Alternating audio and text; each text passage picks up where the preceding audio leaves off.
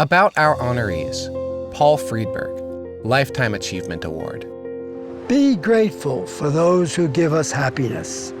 They are the charming gardeners that make our soul bloom. And that's the statement by Marcel Proust, which says it much better than I can. I'm Paul Friedberg, a landscape architect, and my quest is to make people's souls bloom. M. Paul Friedberg is best known nationally and internationally for his work as a pioneer in the design of urban landscapes. His firm has designed projects in Japan, Israel, Greece, Canada, Portugal, and Taiwan, to name a few. Paul has lived in interesting times. When Paul entered the field in 1960, the profession was generally limited to garden design and green parks. The basic philosophy at the time was to create green open space as a relief from the city.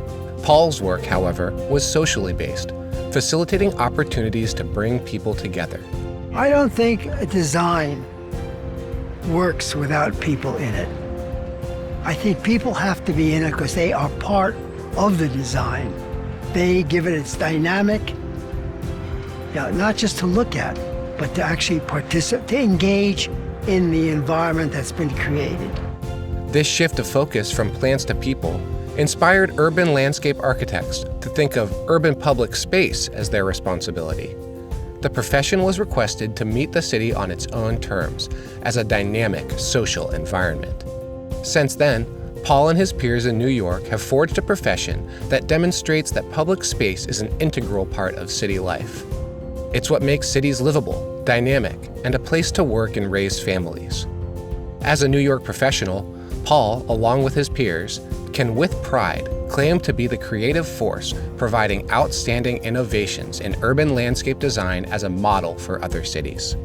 The whole idea was finding solutions that were outside of the box, that were not conceived of because they weren't traditional and they were therefore not accepted.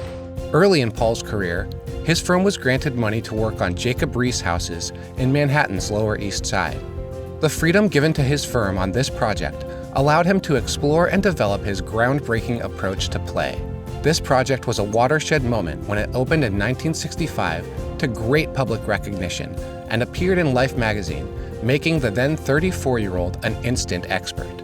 Some of Paul's other work includes the rooftop plaza at New York's Fordham University, the 67th Street Playground in Central Park, and Battery Park City in New York City.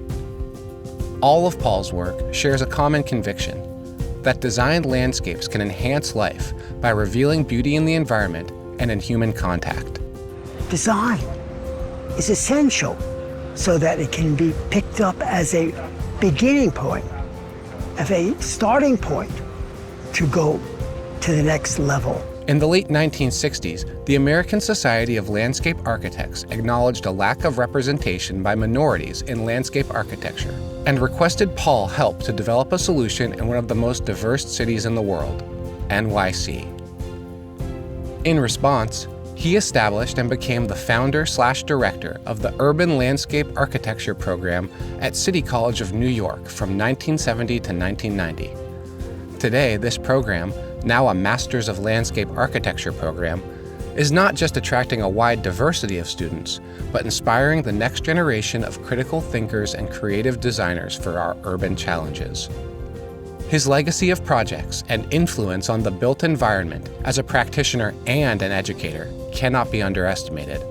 Paul's hope is that we continue to lead as explorers of urban spaces, fulfilling the unspoken mandate to mold the city into a compelling place for people to live, work, and raise families.